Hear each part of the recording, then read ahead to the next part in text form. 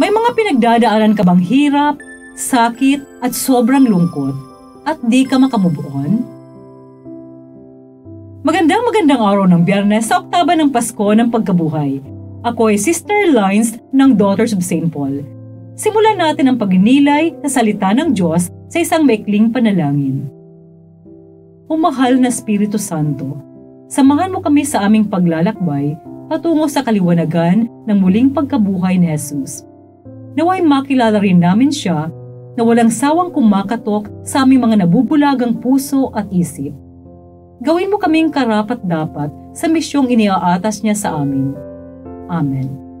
Pakinggan na natin ang mabuting balita ngayon.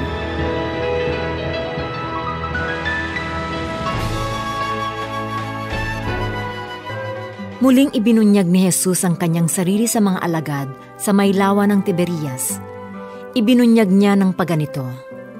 Magkakasamang naroon sina Simon Pedro, Tomas, at dalawa pa sa mga alagad niya.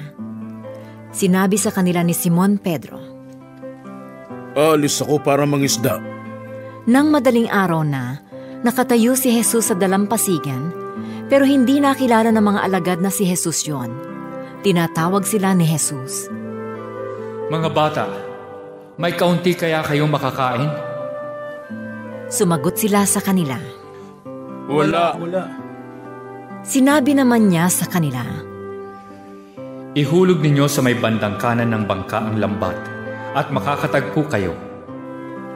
Kaya inihulog nga nila at hindi na nila makayanang hilahin yon sa dami ng isda. Kaya sinabi ni Pedro sa alagad na yon na mahal ni Jesus, "Ang Panginoon siya." Kaya nang makalunsad sa lupa, nakita nilang may nagbabagang uling doon na kinaihawan ng isda at may tinapay. Sinabi sa kanila ni Jesus, "Hali kayo't mag-almusal." Wala namang makapangahas sa mga alagad na mag-usisa sa kanya, "Kayo ba'y sino?" Dahil alam nilang si Jesus yon. Lumapit si Jesus at kumuha ng tinapay at ipinamahagi sa kanila. Gayon din ang ginawa niya sa isda. Ito ang ikatlong pagpapahayag ni Jesus sa mga alagad matapos siyang ibangon mula sa mga patay.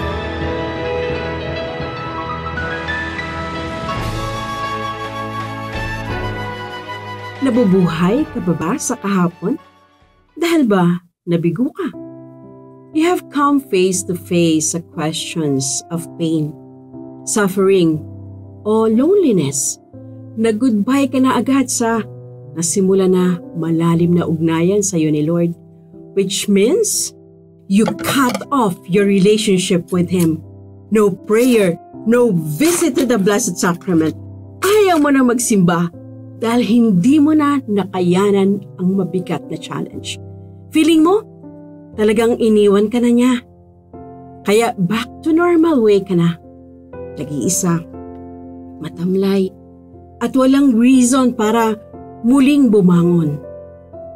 Sa tagpo na narinig natin, bumalik si Pedro sa dati niyang ginagawa, ang mangisda. Sumama rin si Tomas at dalawa pang alagad. Normal din na sa bandang kaliwa ng bangka sila naghuhulog ng lambat.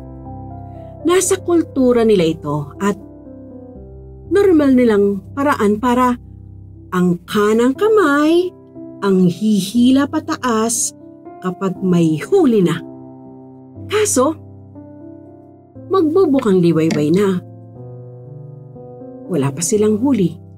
Kaya nang marinig nila ang tinig, bago pa nila makilala na si Jesus Maestro yon, tumalima sila na ihulog sa kanan at nun din napuno ang kanilang lambat.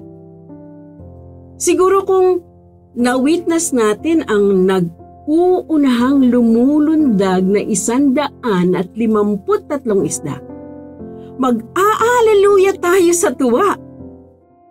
Kapanalig, ngayong ipinagdiriwang natin ang muling pagkabuhay ng ating Panginoon. He is holding us so close to His arms. Inaalalayan niya tayo para makarecover ang ating pag-asa, lakas loob at direction in life. Let us remember na tayo ang dahilan ng pagbangon niya mula sa puntod. Kaya't sumama tayo sa Kanya na lumukso sa liwanag. Mga kapanalig, support Pauline's online ministry.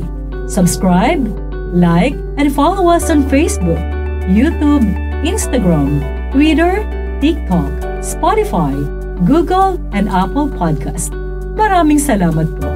At sa lahat ng message sa amin na humihingi ng panalangin para sa iba't ibang intensyon, asahan po ninyong kasama nyo kami sa pagdarasal na ipagkaloob ng Diyos ang inyong mga kahilingan. Ito po muli si Sister Lines ng Daughters of St. Paul na nagpapaalalang sa mga pinagdadaanan nating pagsubok sa buhay. Umugot ng kaliwanagan, lakas at pag-asa sa Panginoong Hesukristong muling nabuhay.